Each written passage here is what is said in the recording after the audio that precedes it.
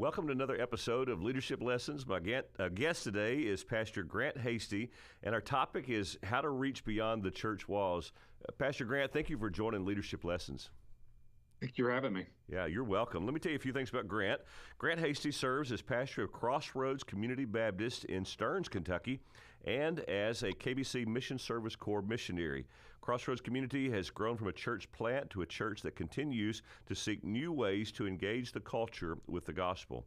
Crossroads Community welcomes mission teams throughout the year. Grant's married to Gina. They have 5 children and 2 grandchildren. The Hasties received the Kentucky WMU 2024 Missionaries of the Year award or recognition at WMU's annual meeting in April of this year. So, Grant, let's just jump right in here. Give us the brief version of your salvation story. How'd you come to know the Lord, and then how did a call to ministry leadership kind of show up in your life? So I was very blessed. My dad was a retired pastor, and so I grew up in the church. Okay. And so I remember being told more or less, walk the aisle at age 4. I got wed at age 5. Yeah. It was later in life that I really began to soul search. It's like, is that really what I'm basing my eternal destination on, is that event? And so through a course of working with God and just thinking through my life, and I realized that I had accepted Christ as the Lord and Savior. So it was later in life when I actually was baptized.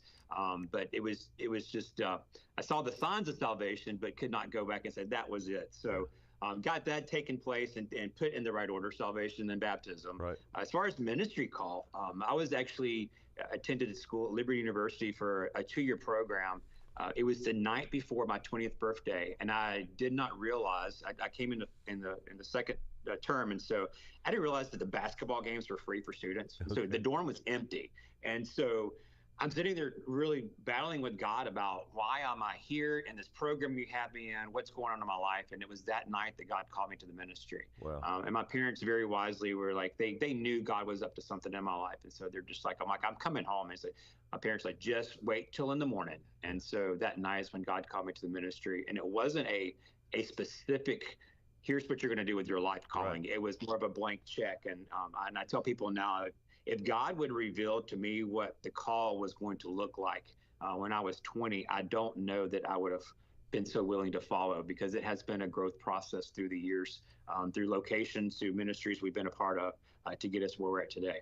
And Grant, in an article that was written about you and Gina and your ministry, you use language flexibility versus fluidity, and you describe if you're flexible, you might break, but fluid, you just go as the Lord is leading you. And it sounds like that's been the experience of your journey.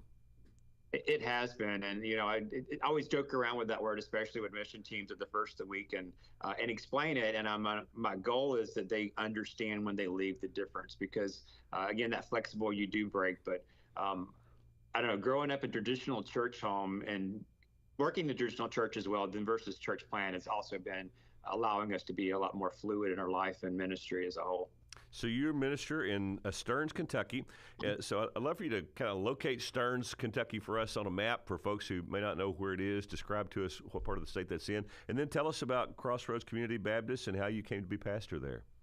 Okay, so I like to tell people that Stearns is in the middle of nowhere, but around everywhere. So we are just south of Somerset and just west of Williamsburg, right on the Tennessee state line. Okay. And we're in Macquarie County. A lot of people may be familiar with the railroad that's here in Stearns. That's kind of our touristy thing here. But we've been here, my family's been here for 16 years. Crossroads actually started in the living room of our church. Sunday marks 14 years from the first meeting in our living room. And so we went through a hard time here locally at a church, and we really thought that we were hoping God would call us out of the area, but he didn't. And so through various conversations with people in the area, with my family that are all believers, and through other ministry partners throughout the country, we prayed, and God left us here to plant. And so we planted Crossroads with just a small group of people in our living room. In September, by October, we were organizing as a church, and then moving forward, we were able to start ministering community by the next summer. By that June, we were out actually doing the Lord's Cafe ministry and things like that. With less than a year before a year anniversary, the building had the free restaurant running and going full blast. Grant, we could take up all of our time talking about church planting because you'd have plenty of experiences there, how that's different from pastoring an existing, even a traditional church. But along with planting a church and pastoring at Crossroads Community, you also serve as a Mission Service Corps missionary. So explain to our audience, what is a Mission Service Corps missionary, and then tell us specifically how you serve. Talk about a couple of ministries that your church is part of. So for Gene and I, and then we also have two more service corps working with us as well. It is the backing of the KBC to say, okay, we vetted these individuals, we know these individuals, we align up with all the doctrine and practices of SBC as well, and so it is a huge backing for that. And then through the courses of working with various people at the KBC, able to get the word out that, hey, this is our needs. Here's what we need as far as mission teams and things like that, or other resources as well. It's a really, really great network. And so I've been very appreciative of that. So I do wear two hats. One is pastor, but then the other is the missionary side of it. We have multiple ministries as well, but the Lord's Cafe I mentioned earlier is actually under the Crossroads umbrella. And so that's our free restaurant ministry. It's not a soup kitchen. It is truly a free restaurant where we treat people with dignity and serve them a really great meal, share the gospel, pray with them, and meet them where they're at and their needs. And then the other side of the ministry, too, the bigger picture, is the light community. And that's where we're building out the tiny homes. And so we're very, very close to welcoming in our first set of residents there. But that's been a whole nother journey of continuing to pray through, God, what is the needs in our area, and continue to give us the resources and the passion to do that. And so, missions on my side, and this is where I love where God's got me as pastor, when we do have mission teams come in, it's like I minister to our local congregation. I'm able to minister to our local community, but then as the teams come in, it's ministering to and with those mission teams coming in. And then I get the pleasure of watching them go home and watching God ripple that missions effect back home. And so we've had a lot of great relationships through the years, and we host a lot of teams all throughout the year as well. So, but the MSC component is definitely a huge part of who we are and how we're able to accomplish what we're able to accomplish here at Crossroads. So, Pastor Grant, let's talk about both of those ministries a little bit more in detail. Start with the Lord's Cafe. So describe to us how it got started, then tell us what it is, and you're going to have to go back and say again that it really is it's a restaurant, but there's no bill. The people who come and eat are not given a bill for the meal that they order. So tell us how it started and kind of how it functions. So my wife and I, through the years, before we were married and then after we were married, through some youth ministry, we served in some local soup kitchens in some bigger cities. And I'll be honest with you, when I was in Arizona and we served at one, with our youth, I'm like, they wanted us to eat with them. And I'm like, I was polite. I was like, hey, we'll stop on the way home to get something to eat. We can afford to do that or whatever. And don't want to, but be honest with you, I didn't want to eat what they were serving. It was a very cold environment there as far as interaction with the people. So when we started Crossroads, one of the first prayers that we had as the church was, again, God, show us the needs of the area and provide those resources.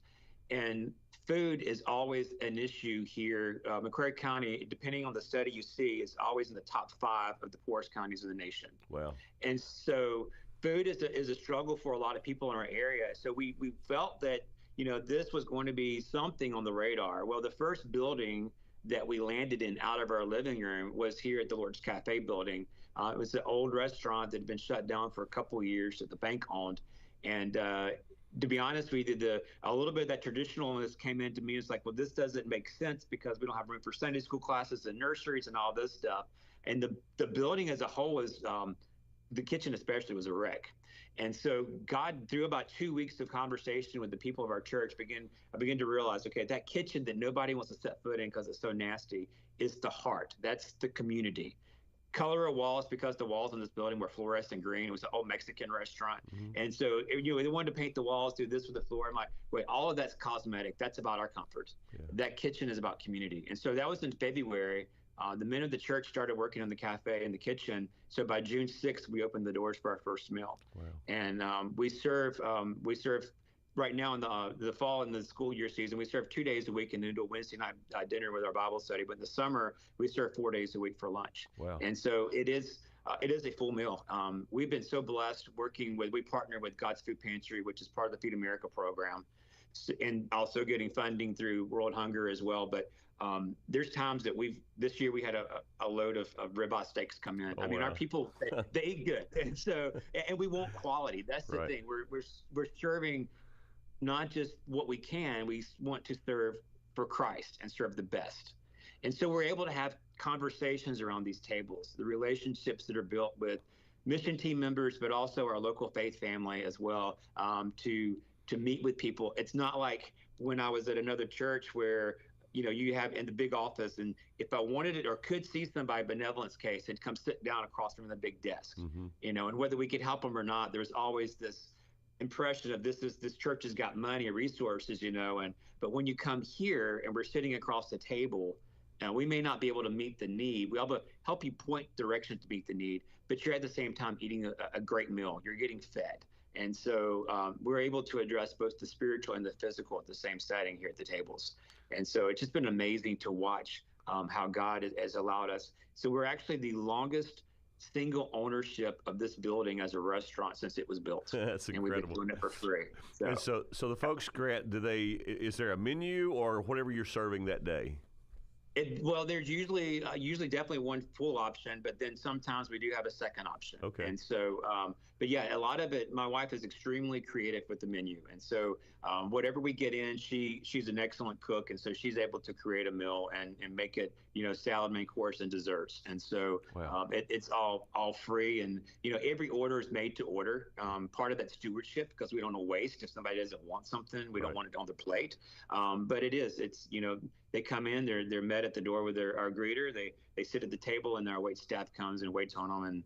And the fun ones I love is when people from out of town visit and they think we're a regular restaurant, and they're expecting the bill at the end of the meal, and they find out this is free. Of course, as Good Baptists, we've got a donation box. Sure. But it's always fun to watch that dynamic and just to see those conversations around the table. And you're about to start up a Lord's Cafe on the go. Is that right? Correct. Yeah, partly through the EOB funding, and this last year our church did the first mission outreach outside of Crossroads. We teamed up with our association for an Inasmuch event, and we did pop-up tents and served pinto beans and chili and potatoes. And from that one afternoon sparked a vision for something greater. And so we prayed about what could this look like, and our association had an extra. It used to be a marionette trailer, puppet trailer, and I'd been sitting for a couple of years, and they gave us the trailer. And so through EOB and through some work this summer through the missionaries that came through, we're actually going to go back to the same event in a couple of weeks and serve out of the new ministry trailer. Wow. And so it's to watch that full vision for missions take off, and then see it come to reality this year. And Grant, you mentioned EBO, that's the Eliza Broadus offering for state missions in Kentucky. So many of our churches give through that, and when they give, they're helping ministries just like yours. You're receiving grants, and even church planting is assisted through the Eliza Broadus offering. So thank you for the way that you all steward that work. So tell us about the Light community. What's that all about? So a few years ago, we were in a season where everything was kind of going smooth and normal. And those are times you got to watch out for God to throw a curveball and a surprise in. And so through the years, people had asked us about homelessness in our area. And to be honest with you, homelessness in our area back then was people couch surfing from house to house. They really didn't see people on the streets very much or anything like that. But literally in the course of about a 2-week period, we had about 6 individual cases come through the ministry of true homelessness. And so we're like, okay, God, what are you telling us here? And so next door here to the cafe, we have there's a motel that was actually for sale. And we thought, okay, maybe a homeless shelter's going to be on the radar. We prayed about it, just didn't have a peace about it, didn't wind up getting that property. But then we're like, okay, but then the homeless shelter, and again, in the truest sense of the word, not all of them are this way, but can be the smallest Band-Aid where somebody gets a night. And we wanted to invest more than just a night in someone. And so doing some research, my wife ran across a community in Austin, Texas called Community First Village. We were able to go visit them, and what they've done there is create this huge community of tiny homes.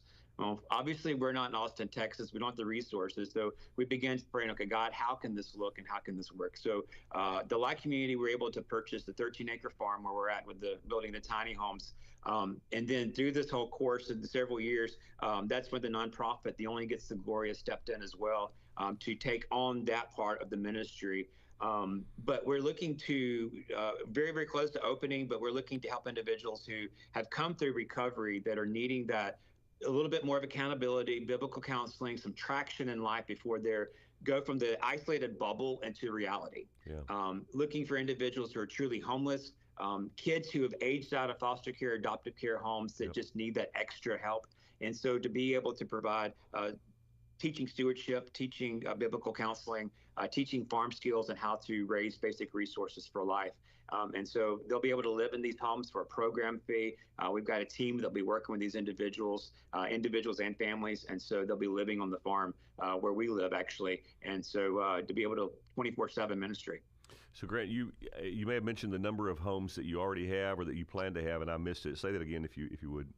So we have 3 that we're waiting for the final, our professional local contractors to come in and finish up with switches and connecting plumbing pieces to the main lines. Yeah. Then we've got 3 more that are lined up ready for rough-in inspection. And then we've got for wiring.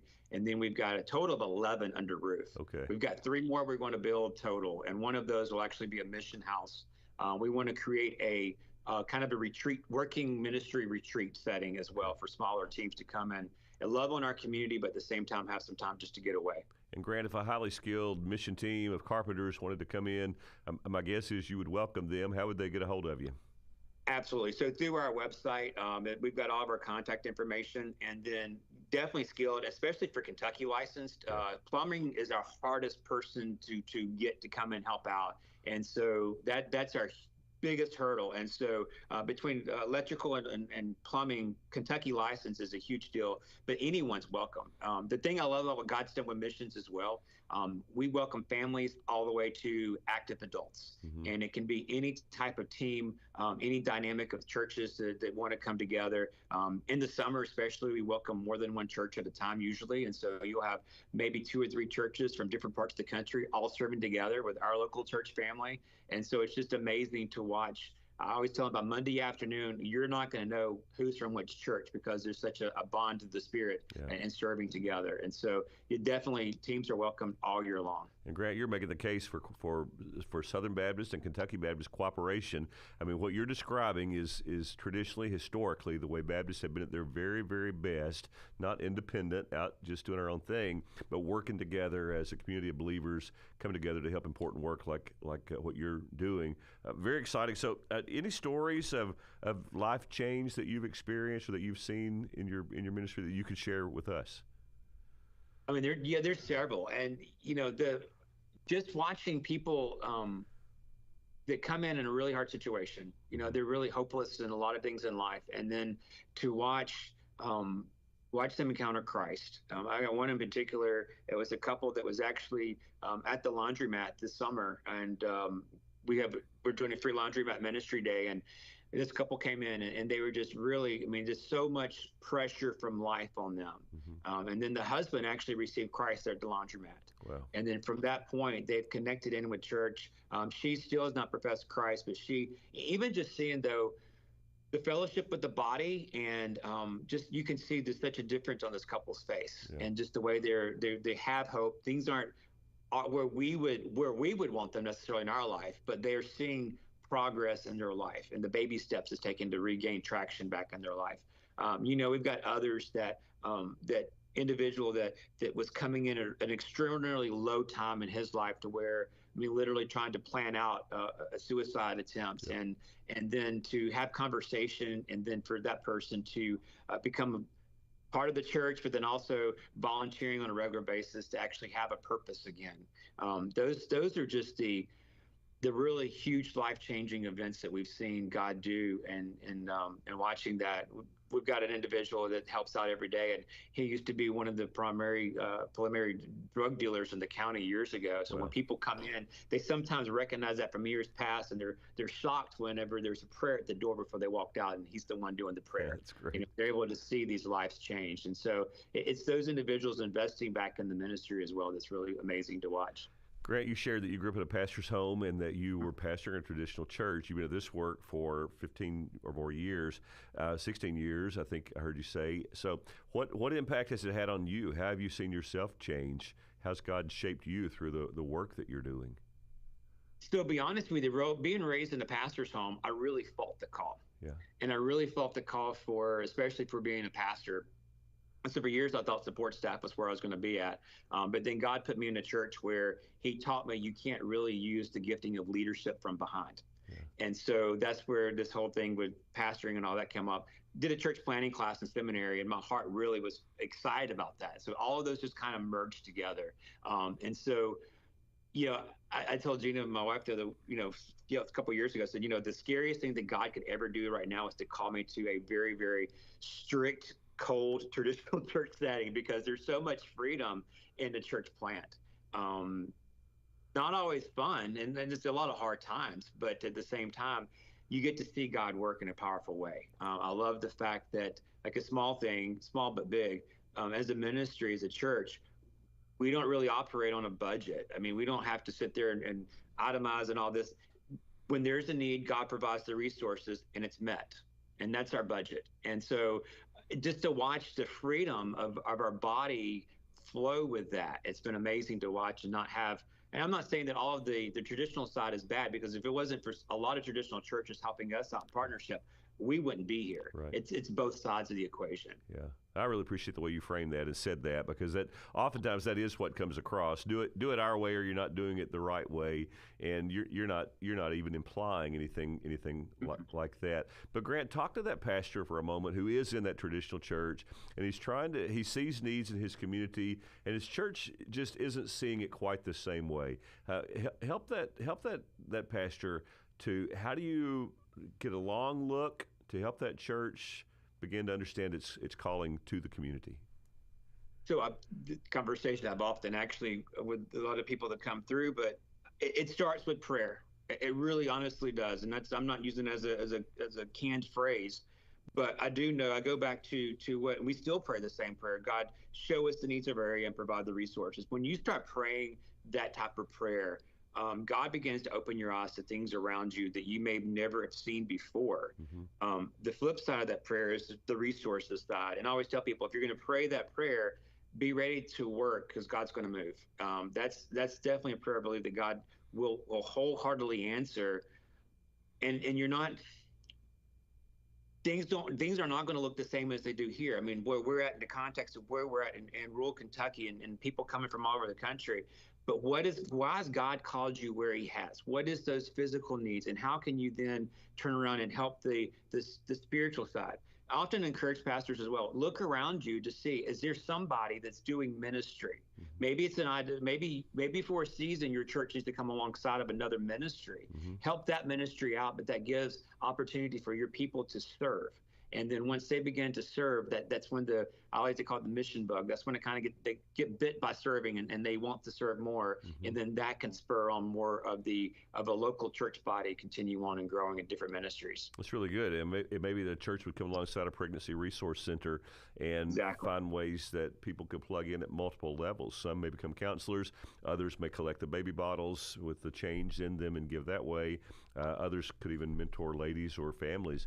So great counsel. Just get them started connecting to a ministry of that type. So what are some of the, you've shared a lot of the blessings of the kind of ministry that you're part of, but there are challenges too. So tell us about some of the challenges. Oh no, there's no challenge. It's always easy. No, the challenges, for us, challenge but not challenge, because God always meets it, but it's always the resources. That's always kind of again, what God allows us to do at Crossroads, it doesn't make sense on paper. It's all in his economy and his way of doing it. But there still is that challenge of trying to get, waiting on, I think, his patience is one thing God's helped me a lot of. Not me, but the Holy Spirit, obviously. But that's part of it. For us in our local context, it was connecting with the community churches. We look different than any other church in the county. Right. There's not been any legit church plants before us for years. It's always, if a new church started, it was because another church split. Right. And it really was just creating another whatever for the other one that left. So trying to be a different church. We don't meet in a traditional church setting. My preaching style is different than a lot of the hardcore preachers we have in our area. So those are a lot of our local challenges. And it's that persistency and faithfulness that we can't quit because God's called us to, no matter what somebody might say about us, what rumor there may be, how hard times might be. If God's called us to do this, and this is exactly where we need to be, and continue moving forward. So there has been some hurdles with that. And it took probably about 6-7 years probably before we had someone from another local church actually volunteer at Lord's Cafe. Oh, wow. And so now we were seeing more and more connection in through that, but it took a while. And again, that's just kind of the culture. I'm not from here. I'll never be from here, from Macquarie County. And so that's a huge hurdle in a lot of ways as well. So Grant, if you would try to distill some of the things you've learned about outreach over the years, three tips for churches that want to figure out how to engage their communities. And you may have already kind of talked about that. You said start with prayer and maybe come alongside an existing ministry. Are those some that you would say, or are there other ones that you would give? I would definitely say prayer. And then I also say, don't budget God.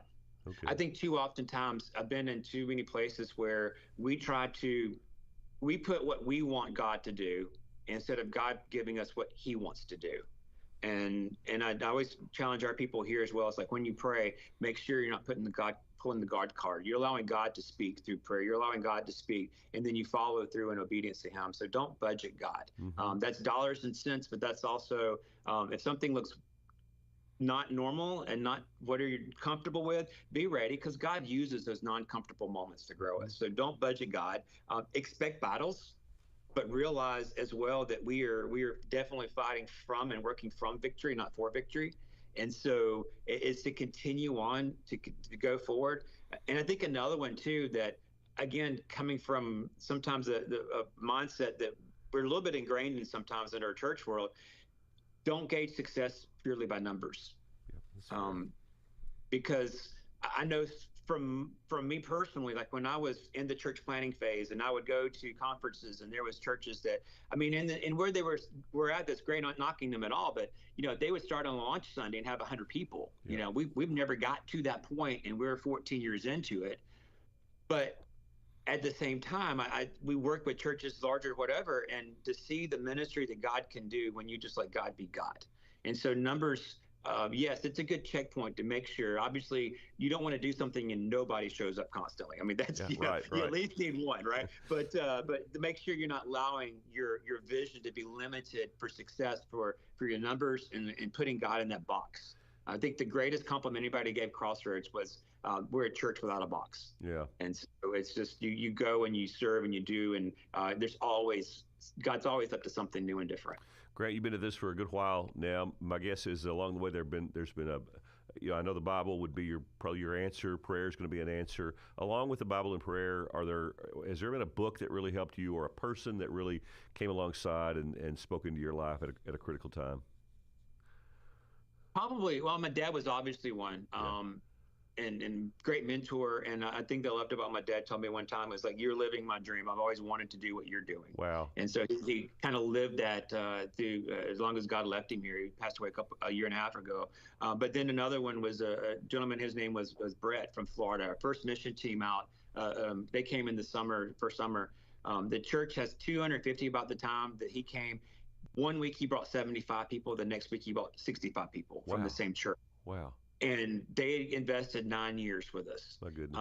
And Brett was the one that actually gave us the word fluid, and he taught us what that meant in a good way. I go back even to seminary experience. My first international trip to India really opened my eyes to what my dad went on missions. I heard missions all my life, through SBC life, through international, and I remember the home mission board and all that. But I heard it all my life, but actually to go. That really did a shock value to me, to meet the missionaries over there, see them with children the same age as my children, and they were on international fields working. That spoke volumes into my life as well. And so to see all those dynamics happen just really has played a lot of into my life and where we're at now. Grant, this platform is called Leadership Lessons. My last question normally would be, tell us a leadership lesson that you've learned. I'm going to switch that on you. You've referenced flexible versus fluid, and you've said it again, you learned it from Brett from Florida. So give us the 1-minute understanding of what you mean by flexible versus fluid. So flexible, if you got something flexible, you continue to bend, it'll break. And so if we continue to allow God to bend us without being fluid, we're going to break. We're going to wind up walking away from God, get discouraged, whatever it might be. Being fluid is just like you're pushing a water drop on the table or whatever. It's going to go wherever it's led. It's not going to give any pushback as well. That's the other thing with flexible. You're going to have something that's the point that's not going to be moved to go against. Being fluid, you're just going to go. You're going to do what God's called you to do, which means that you've got to have an ongoing relationship with him. You've always got to be in prayer. You've always got to keep looking to see where God's at work and getting involved with those things, and then going and allowing God just to speak into the situations. And again, it's that he grows you, he stretches you, and it's an amazing thing to watch happen through being fluid instead of flexible. Grant, just an incredible conversation. Thank you so much for your faithful ministry. Thank you for the work of Crossroads Community Baptist Church, but also the Lord's Cafe on the go, the light community that you described, and everything else that you all are involved in. Thank you for your faithfulness and for answering God's call and making your way to Kentucky as He's led you, and staying put once He got you here. Thank you for joining Leadership Lessons. Thank you. Thanks for listening to Leadership Lessons. An audio podcast of this program is available on both Apple and Android devices. The Kentucky Baptist Convention was created by churches, for churches, to help churches reach Kentucky and the world for Christ. For more information about the KBC and the cooperative program which fuels our ministry, go to kybaptist.org. We'll see you next time on Leadership Lessons.